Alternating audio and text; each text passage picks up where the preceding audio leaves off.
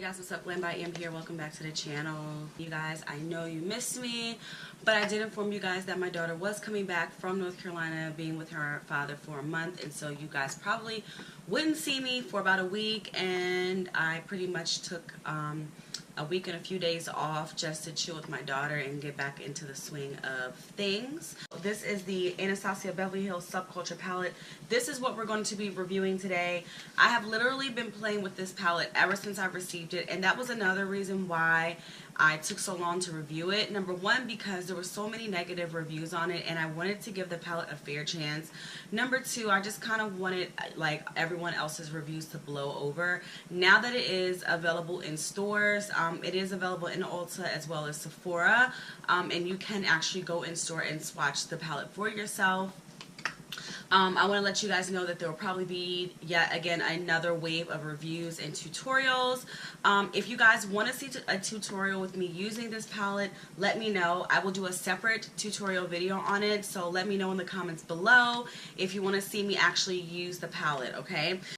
So let's start off number one with the fact that the Subculture Palette is the sister palette to the Modern Renaissance. I do, in fact, own the Modern Renaissance palette. It's not a palette that I reach for every day. I'm just going to be quite honest to you. Maybe just because it is underneath my vanity instead of on top. But I do need to rotate my makeup again. But my most highly used Anastasia palette is probably the Mario palette. And that's just because there's so many neutrals in it. And you guys know I work at Chanel. And because I work at Chanel, I have to wear like...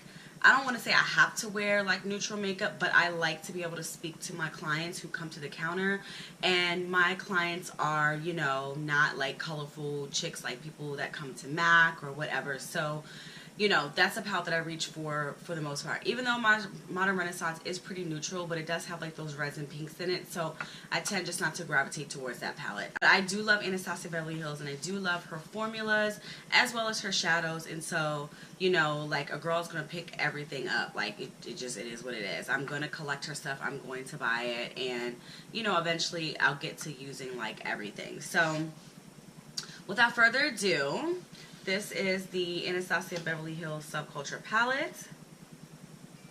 Yes. And so, as you guys know, she always has the packaging that looks just like the actual palette itself. Okay, and so you have all your inscriptions and everything, ingredients, all on the back of here, as well as the front with the title, blah blah blah, all that good stuff. Just so you guys know, Anastasia Beverly Hills is cruelty free. I was very surprised to see that it has a 6-month expiration, which is right here on the back. Okay. But I definitely know that these shadows last longer than 6 months. Now maybe it's just because of some of the ingredients in here, like I believe like a glycerin type, which can definitely, like glycerin tends to pull in moisture. If you guys don't know about ingredients, glycerin tends to pull in moisture, and so it could definitely, like if you store your makeup in a like damp area, which you shouldn't be. You should be storing your makeup in a dry, dark area, like for the most part, like in your room or something like that, where you're going to turn the lights off, like not in a bathroom or a basement where it tends to be damp, which those glycerin humectants, they can pull in the moisture and lock it and hold it into the shadow, and you could like potentially get like the, you know, that coating, that film on top of the shadow color. So that's the only thing that I can think of as to why it would expire in 6 months. What else? I also do notice that talc is a big ingredient for a lot of these shadows. So talc is very it's very popular for shadows that are really pigmented. So I just want to throw that out there. I know that a lot of people were talking about the pigmentation. Oh my god, the shadows are falling apart, yada yada yada yada yada. But you guys have to understand that because of the colors of this palette, and because Norvina wanted to make this like a really like nighttime sister, like, you know, dark sister to Modern Renaissance, the formula in which these shadows are made the shadows are made in order to work based on color, if that makes sense. So every shadow palette isn't made the same, you guys, and that's the reason why I was really frustrated with a lot of the reviews. Just after my first, now I will say after my first experience with this particular product, I was like, oh my god, what the heck did I purchase? But doing a little bit more research on the ingredients as well as just the overall formulation of the shadows altogether, I did realize that, you know, everything was done for a reason, okay? So without further ado, let's get into the palette. Basically, at the end of the day, you're either going to love this palette or you're going to hate it. This palette is not tightly packed or compressed like most shadow palettes are pressed. So I just want to throw that out there to you. So when you guys see me swatch these, you will see I'm going to actually use a brush and not my finger, but you guys will see like how the brush like goes into the product. Like, you have to be really, really delicate, okay? So let's get into the swatches. Okay, you guys, so I'm going to be using two different brushes today to swatch this palette. Number one is going to be my MAC 224 brush, which is a blending brush, looks like this. And then I'm going to be using a flat brush just from a random palette as well. Alright, so the flat brush will be for the more metallic and metallic shades. And then, of course, the blending brush will be more for the matte shades, okay? I did plan on, can you pass me some lotion, Kennedy? I did plan on doing primer, which I probably still will do some primer, maybe. Let's see. You want to make sure you're not using a wet primer because these colors are so pigmented and they're so matte. They definitely will, they just won't do what they're supposed to do, so I just want to throw that out there. Now, I have used 1, 2, 3, 4, 5, 6, 7, 8, 9. I've used 9 shades out of the 14. So this is what the palette looks like. You guys can see that I have dug in to the palette, okay? So you guys, let's start with the metallic shades first, okay? So the first metallic shade, and this is the brush that comes with it. I'm just going to take it out. So the first metallic shade in this particular product, or in this particular palette, is Cube. Cube is a white, it's a white base with pink iridescence to it. Then you have Electric, which is my absolute favorite color. It's like a green reflectant with gold in it. And then we have Adorn, which is a traditional like bronzy gold, which is absolutely gorgeous, okay? So first I'm going to swatch Cube using that flat brush. And the metallic shades do pretty well. There's not a lot of fallout. So I just go in and touch, just like this, you know, very, very easy. Nothing too serious. And I'm just going to give it a little bit more color. So right there, you guys, is Cube, okay? Looks like that. So the next color I'm going to swatch is Electric. I love Electric. It's so pretty. So these, I mean, if you wet your brush, you can definitely get a little bit more color payoff. But they kind of remind me of like top coats a little bit. So Electric is right there. They're not going to be like full-on matte or full-on metallics, but they're like soft metallics. The last color we're going to swatch for the metallics is Adorn.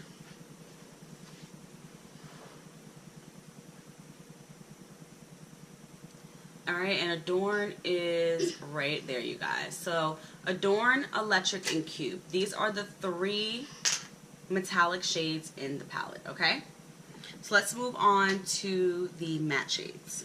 I'm going to do a base on my hand. This is the Photo Focus from Wet n Wild. This is the only primer that I use for the most part. I absolutely love it. It performs well with all shadows. So I'm going to put this as a base all over my hand. All right, and we're going to get into swatching the mattes, okay? So the first matte that we are going to swatch is Roxy, which is right here. Now I want to show you guys how this palette performs. So I don't think that it was a mismatch. I don't think that was a bad batch. I think that this is the way that Norvina intended to make the shadows. She didn't want to get over on you, but this shadow palette is definitely changing the game and the way that we do makeup. Also by the way our brushes work, okay? So if you guys tap into it, you guys see how you have fallout like that, okay? So what you want to do is you don't want to do that. You don't want to dig into the shadows, okay? And another thing that you don't want to do is leave the shadows up like this. Like if you're going to use this palette, it needs to be flat on the ground so that you can touch gently into it, okay? And what I like to do is just blow if there's anything that comes out, okay? So you shouldn't be digging into it like how most mattes, and I'm going to show you guys a second after we go through this. If like for example MAC shadows or Morphe shadows, if you look at those shadows and you take your brush and you dig into it, you can dig into it without touching pan because those shadows are so tightly pressed and compacted. Like that's the reason why you have to dig so many times to get color payoff. But when you dip straight into this, honey, you get all the color payoff you need, okay? So then once you do that, if I'm going into my eye, what I like to do is just tap it, but what I'm going to do is just go onto my hand and swatch it. So the first one is called Roxy.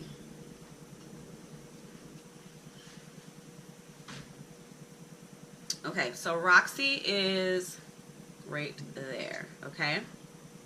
So Roxy is a beautiful peachy color, great for warming up the crease, great for creating gradient as well.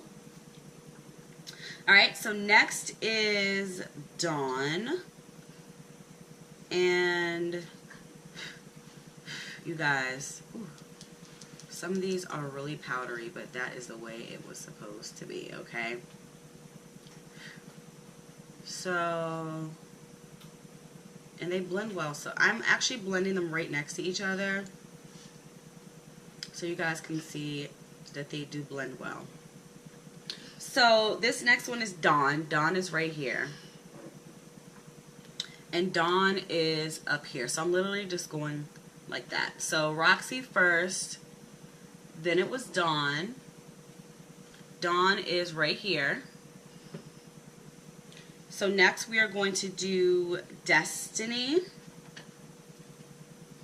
And Destiny is this beautiful camel green.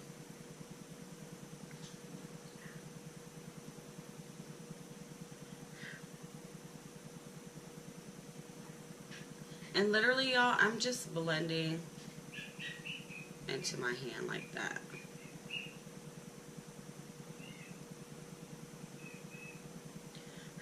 These shadows are so freaking soft. Like, I've never seen anything like this in my life. So right here is Destiny. Right there. Okay, so next is Fudge.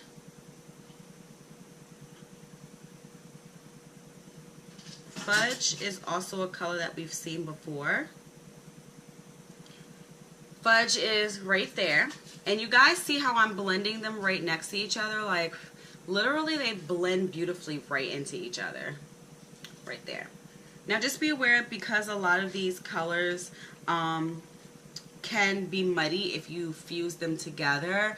You want to try to keep them as separate as possible on your eye, and by that I mean when you're blending, you want to make sure that you're blending separate but into the shadows. And again, if you guys want to see me do a look on this, I definitely will. I've created a few looks with this palette, but if you guys want to see me do it on camera, I would love to do it for you. Okay, so next after Fudge is New Wave, which is this beautiful, beautiful golden yellow color. And it is right there. And you guys, I've used my brush for all of these swatches. Like,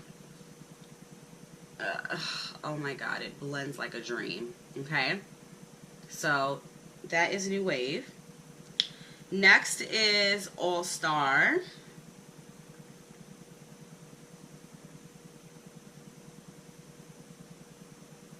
All Star is like a beautiful deep cranberry color. Like, this palette just gets me ready for fall. Okay, so All Star is right here. Beautiful, beautiful cranberry color. Alright, we got 4 more mattes to do, so I'm going to wipe my hand off and then we're going to keep going. So I'm just going to reprime my hand with the same primer.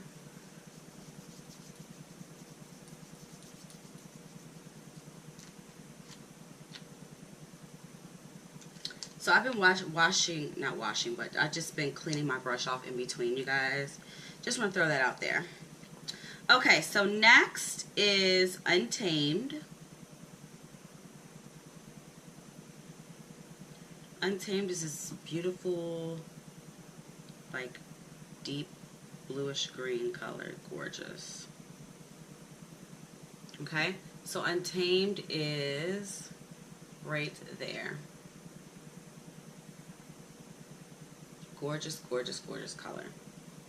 Alright, so next is Mercury, which is the only gray color in this palette, so very cool toned.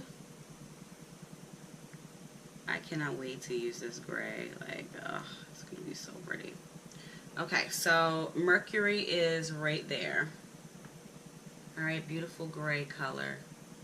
You guys see it is rather dusty, but it's the pigment. It's the pigment that's in there. Alright, so next is Edge. And Edge is another beautiful yellow color in the palette. A little bit brighter and not as golden as New Wave. And I'm going to swatch it a little bit more heavier just so that you guys can really see the buildup of this. Okay? And this is against my 2 shades darker tan skin. Alright, look at how that yellow shows up. That's Edge. Alright, next is Axis. I cannot wait to use Axis either. OMG. Ugh. Look, you guys will see these two next to each other. They are gorgeous.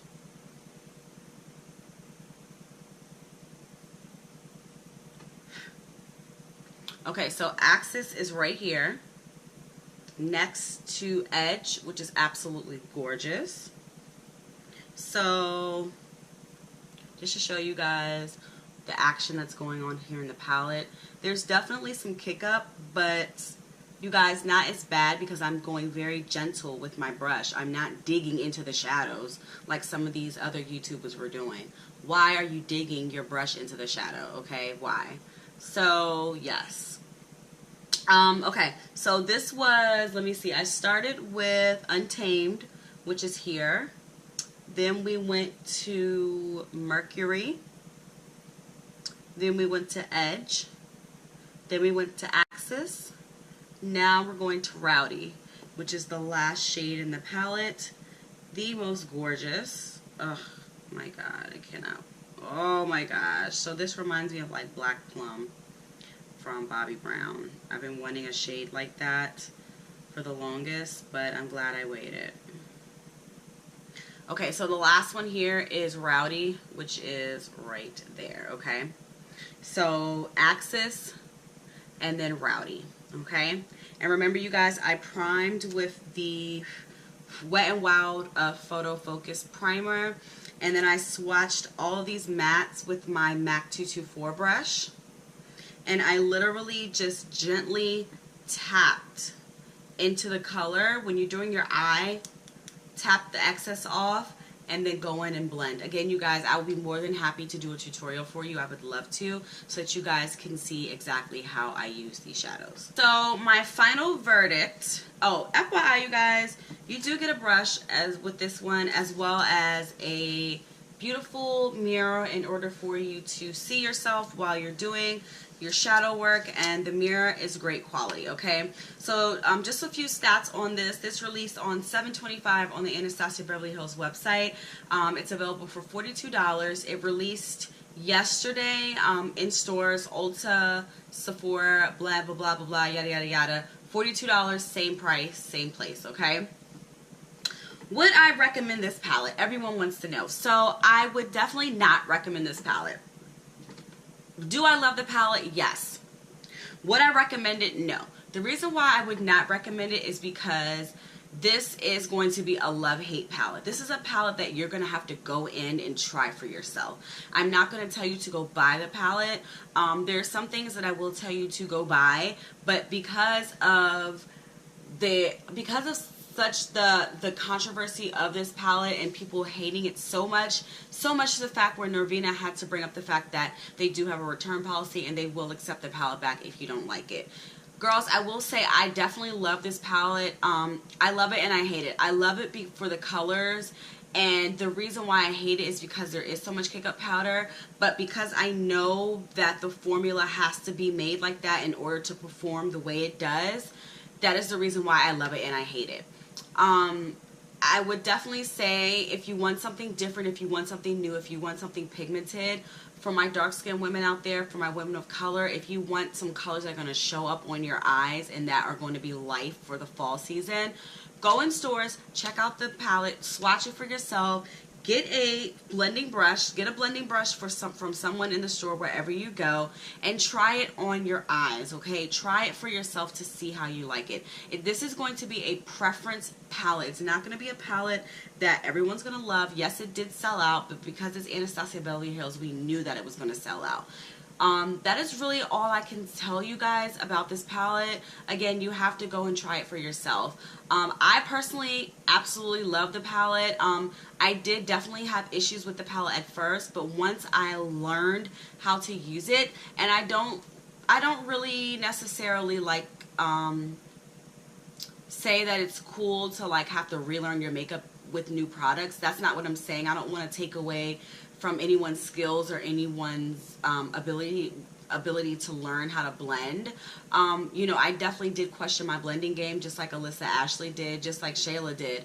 You know, I was like, why is it so stripy? You know, why is it not going on the way that any other eyeshadow would? Now, you know, by the second time I used this, I kind of was like, okay, I get the hang of it. I understand. I may have to, you know, do a little bit less as far as being more delicate with the shadows in order to make them work. Now, at least, you know, I'm not scratching my eyeballs out trying to get these colors on like some of these other brands out here, if y'all know who I'm talking about, you know, who claim that their shadows are bum, but then they don't really come out, you know, the way that you want them to. And even with Juvia's Place shadows, like they are very pigmented. Again, those are not as softly pressed as the Anastasia Beverly Hills Subculture Palette, but they definitely aren't as hard pressed as, let's say, MAC or Morphe, okay?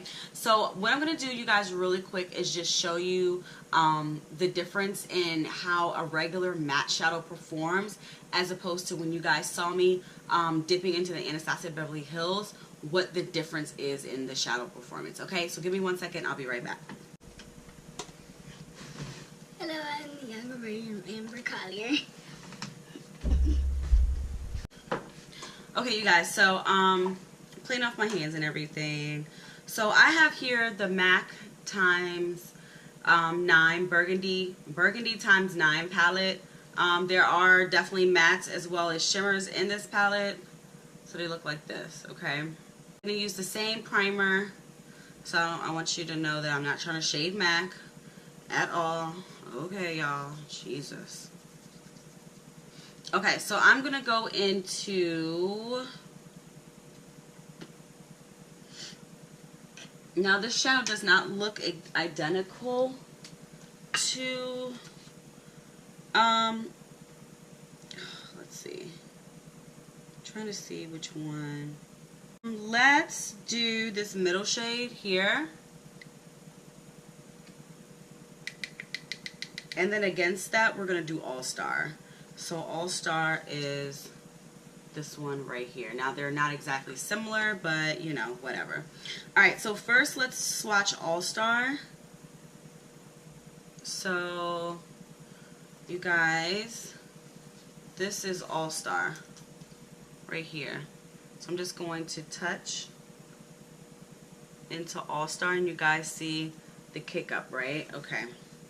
So let's now do All Star. All right. Okay. So that is All Star. That's just one swatch.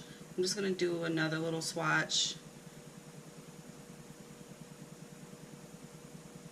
to get the pigmentation. Okay, so that's All Star at its full potential. Alright, so next we're going to do the MAC x9 Burgundy palette. This middle shade is called Embark. Y'all know about Embark, okay? Alright, so let's go ahead now. Let me show you guys. When I dip into Embark, there is no kick up whatsoever. Okay? And I've already swirled in the color, so I'm just going to apply it.